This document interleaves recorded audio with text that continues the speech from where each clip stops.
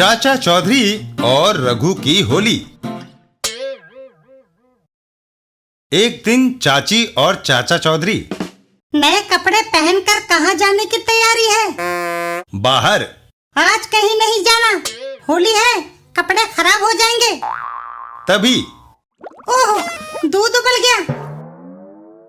चाचा चौधरी तुरंत वहां से खिसक लिए। जब तक वह रसोई में दूध संभालती है, खिसक चलो। रास्ते में धमाका सिंह, आज मैंने अपनी बीवी से शर्त लगाई है कि चाचा चौधरी को रंग कर आऊंगा। रघु, लगता है आज तुम्हारे सितारे गर्दिश में हैं। अरे रंग की पिचकारी ही तो मारनी है उस पर, तुम अभी देखना। रघु भी गया काम से। रघु दबे पांव चाचा चौधरी के पीछे आता है। नाले नाले पंगा। इधर रघु की बीवी, चाचा चौधरी तो सूखा आ रहा है, क्यों ना मैं इसे रंग दूं? और वह ऊपर से रंग की भरी बाल्टी उड़ेल देती है। लेकिन ये तुमने क्या किया? अरे पलक झपकते ही चाचा चौधरी कहाँ गायब हो गया? चाचा चौधरी साबू के कंधे पर बैठे थे। चौधरी, बेशक साबू के कंधे पर चढ़ जाओ, लेकिन बच नहीं सकते।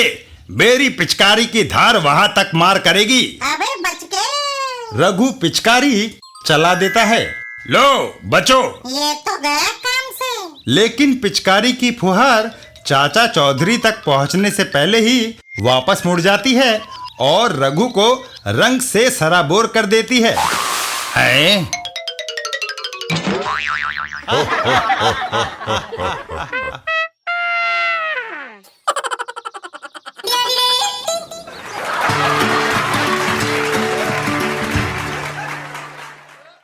चाचा चौधरी और मटर पुलाव। एक दिन चाचा चौधरी और साबू कहीं जा रहे होते हैं। चाचा जी, मटर पुलाव खाने का दिल कर रहा है। साबू, अगर कुछ खाना है तो हमें घर की तरफ चलना चाहिए। घर चलते हैं, वहां तेरी चाची गर्मा गर्म हमें मटर पुलाव बनाकर खिलाएगी। तो फिर जल्दी पहुंचना चाहिए, क्योंकि मुझे बड़ी भूख लगी है। घर पहुंचकर, लो हम पहुंच गए। अरे भगवान, आज हमारा मटर पुलाव खाने को दिल कर रहा है। चाची मुंह उठाया और आ गए मटर पुलाव खाने। घर में चावल का एक दाना भी नहीं और गैस भी खत्म है। इस समय खाने को कुछ नहीं मिल सकता, समझे चाची? लेकिन मुझे और साबू को बड़ी भूख लगी है। देखो जी, अगर मटर पुलाव खाना है तो 10 किलो चावल, 5 किलो हरे मटर, ईंधन और घी लाना होगा। इनमें से कोई भी चीज ना आई तो मटर पुलाव नहीं बन सकता। ये सुनकर चाचा चौधरी और साबू वहां से चल देते हैं। चल भाई साबू, इन चीजों का कहीं से इंतजाम करें। भूख इतनी तेज लगी है चाचा जी कि अगर इस समय सूखे चने भी खाने को मिल जाते तो मैं उन्हें मेवा समझता। सेठ दमकल दास, माना तुम्हारे दोस्त लाल गनी का परिवार खाने पर आ रहा है, पर तुमने मटर पुलाव इतना बनवा लिया है जैसे कोई बारात जीमने आ रही हो। सेठानी, लाल गनी का परिवार किसी क्रिकेट टीम से कम नहीं और वह खाते भी दिल खोलकर हैं, इसलिए इतना खाना उनके लिए बनाना मुनासिब है। तभी फोन की घंटी बजती है।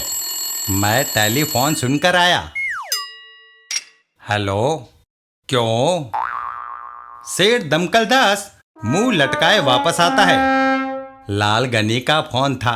वह कह रहा था कि अचानक काम पड़ जाने की वजह से आज उसका परिवार खाने पर नहीं आ सकेगा। इतने सारे मटर पुलाव का क्या करेंगे? खाना फेंकना ठीक नहीं, किसी दूसरे खाने वालों को घेर कर लाता हूँ। इतना कहकर सेठ दमकल दास घर से बाहर निकल जाता है। रास्ते में ये 2 ही दर्जन के बराबर खाने वाले लगते हैं। महानुभावों, मेरे यहाँ स्वादिष्ट मटर पुलाव बना पड़ा है। मगर कोई खाने वाला नहीं मिल रहा। अगर आप दोनों मेरे मेहमान बने तो बड़ा एहसान होगा। ईश्वर, तेरी अजब लीला है। कहीं खाने वाले हैं तो खाना नहीं, कहीं खाना है तो खाने वाले नहीं। चाचा चौधरी और साबू सेठ दमकल दास के साथ चल देते हैं। चल साबू, आज सेठ जी के यहाँ ही मटर पुलाव खाया जाए। सेठ का घर, अंदर आ जाइए। मेरा साथी बाहर ही रहेगा। लो, तुम वहीं खाओ। घर के अंदर, वाह, सचमुच स्वादिष्ट है। घर के बाहर, आखिर ईश्वर ने सुन ही ली। वहीं से पास में, बशनो, मेरी नाक में मटर पुलाव की खुशबू आ रही है। जिखो, करीब ही एक लंबा आदमी वह खा रहा है। मेरे हाथ में बंदूक और फिर वह बदतमीजी से अकेला खाए जा रहा है। मैं उससे वो छीन कर लाता हूँ। इतना कहकर जिखो साबू की ओर बढ़ जाता है। अरे मतलब पंगा। जिखो और साबू, क्या तुम मटर पुलाव खा रहे हो ना? हाँ, बड़ा जायकेदार है। वह पूरा बर्तन मेरे हवाले कर दो। 1 मिनट ठहरो। जल्दी। अबे बच गए। साबू बर्तन उसकी ओर उछाल देता है। लो। ओह, इधर चाचा चौधरी आवाज सुनकर बाहर निकलते हैं। साबू, मैंने बर्तन गिरने की आवाज सुनी। बर्तन गिरा तो था, पर किसी के सर पर। लेकिन तुम्हारा मटर पुलाव, वह मैं खा चुका था। इसे हटाओ। साबू बर्तन को उठा लेता है। लो। बाप रे, मेरी गर्दन टूट गई।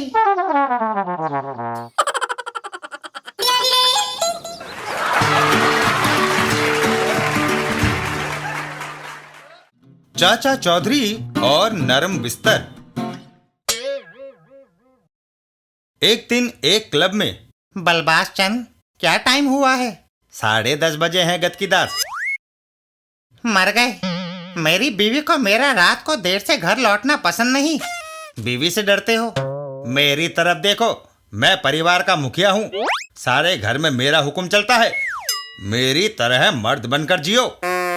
तभी बलबास चंद, तुम्हारी बीवी क्लब में आ गई। और बलबाज चंद की बीवी कान पकड़कर उसे अपने साथ ले जाती है। देर रात तक ताश खेलते हो? घर चलो। गतकीदास वहां से उठकर चल देता है। मुझे भी घर लौटना चाहिए। घर पहुंचकर, मेरे घर का आगे का दरवाजा और खिड़की बंद है। शायद पीछे की खिड़की खुली हो। घर के पिछवाड़े, हाँ, इस खिड़की से मैं चुपचाप अंदर खिसक जाऊंगा। सोई हुई पत्नी को क्या पता चलेगा? तभी मुझे पता था कि तुम पीछे की खिड़की से अंदर घुसने की कोशिश करोगे। जाओ, कहाँ पर अब तक थे वहीं रात गुजारो। और गतकीदास वहां से चल पड़ता है। कड़ाके की ठंडी रात में मैं कहाँ जाऊं? चाचा चौधरी के घर के पास, साबू, हम शादी में जा रहे हैं। रात वहीं बिताएंगे, कल सवेरे लौटेंगे। चाचा जी, ब्याह शादी में भाग लेना मुझे अच्छा लगता है। खाने पर कोई रोक टोक नहीं होती। उन तीनों के जाने पर वह लोग गए। क्यों ना आज की रात मैं इनके घर में बिताऊं? सुबह उनके लौटने से पहले मैं खिसक जाऊंगा। और गतकीदास चाचा चौधरी के घर के अंदर घुस जाता है। दरवाजा भी खुला है। चाचा चौधरी घर का दरवाजा बंद नहीं करता। घर के अंदर सोने का कमरा शायद उधर है। अबे बच गए। सोने के कमरे में बिस्तर आरामदेह है, गहरी नींद आएगी। गतकीदास अपने जूते उतारकर बिस्तर में घुस जाता है। वाह, क्या नरम मखमली रजाई है। शुभ रात्रि। तभी आओ। गतकीदास और रॉकेट आमने सामने। आई। और रॉकेट गत्की दास को वहां से दौड़ा देता है। बचाओ